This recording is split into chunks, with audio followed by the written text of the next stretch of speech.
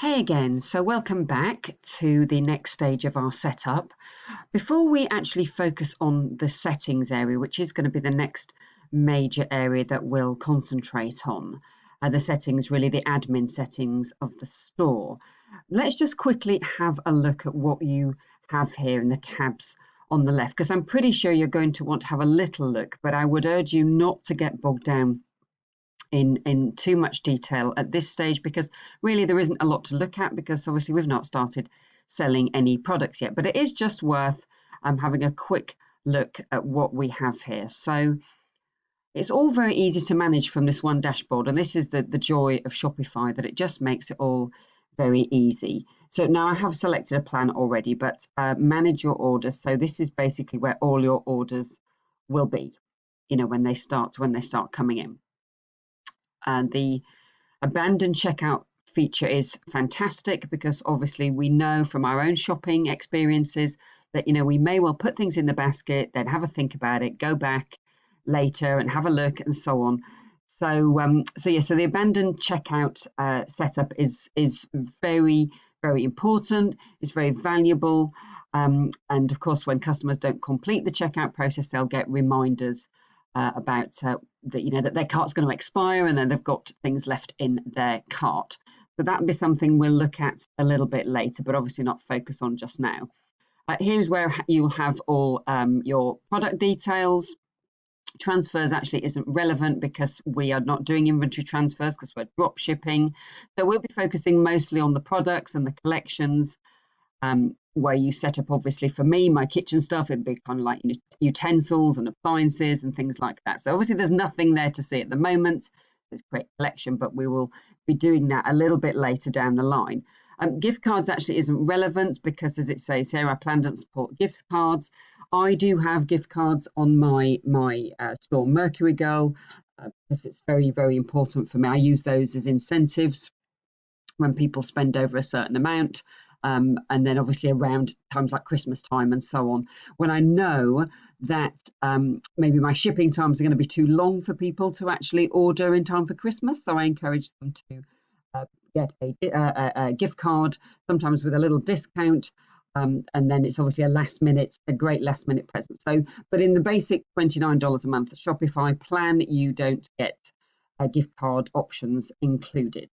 So we don't need to worry about that. But obviously this is where all your customers' details are. You'll find all the purchase history here. So you'll be able to sort of understand, their kind of their buying patterns and so on. The analytics side obviously is not going to be relevant for us at all at the moment, because we're not actually selling anything at this stage. But as you can see, you do get a lot of detailed information. Your conversion rates. I think, I watch these areas very closely in my stores, because, how many added to cart, reach checkout, conversion, and it's not something that you would get hung up on too much. I used to kind of measure myself very stringently against, the kind of the industry standard for conversion rates. But ultimately, it can sometimes be a little bit misleading. It can be indicative if there's something perhaps not quite right in your customer journey and how your checkout process is set up. But ultimately, it's not something which you need to certainly focus on at this stage. But average order values, online sessions. I mean, this is just a great, all traffic source. You can see where your customers are coming from, how they're getting to your store, which are their kind of favorite pages and so on. So device type, it's fantastic. You get a lot of detailed reporting actually built into this basic plan, which is absolutely great.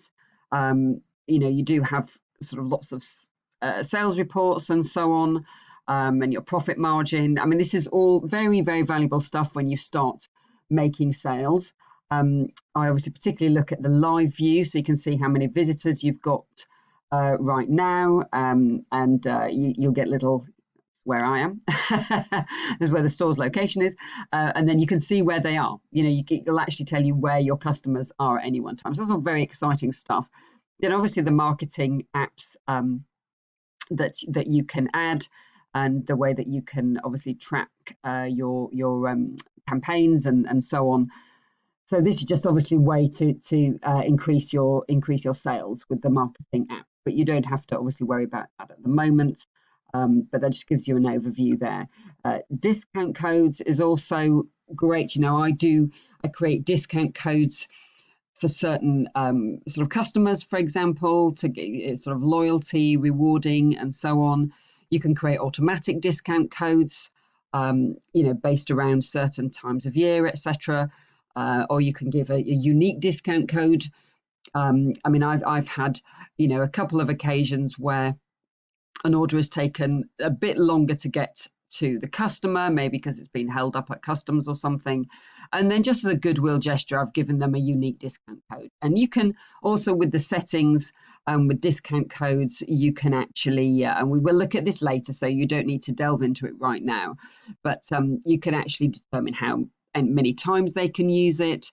If it's just one per customer, you can obviously make it unique to that customer. So there's a lot of detail and granularity that you can incorporate.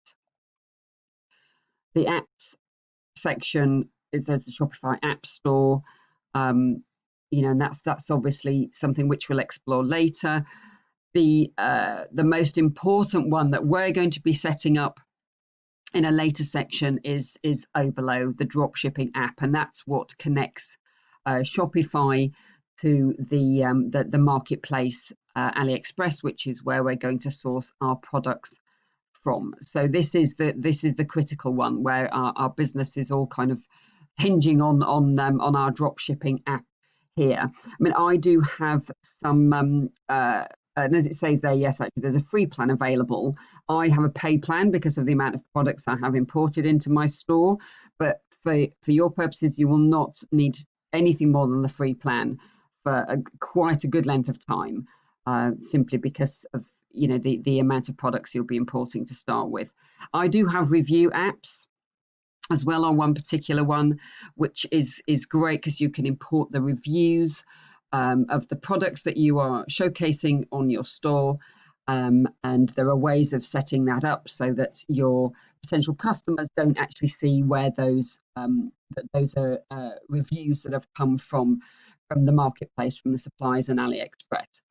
That's kind of a whistle stop tour of what's on your dashboard. Like I said, next we're going to be looking at the settings. The settings are critical to getting all those fundamental sort of administrative aspects in place for your store. So thank you very much, and I will see you on the next video.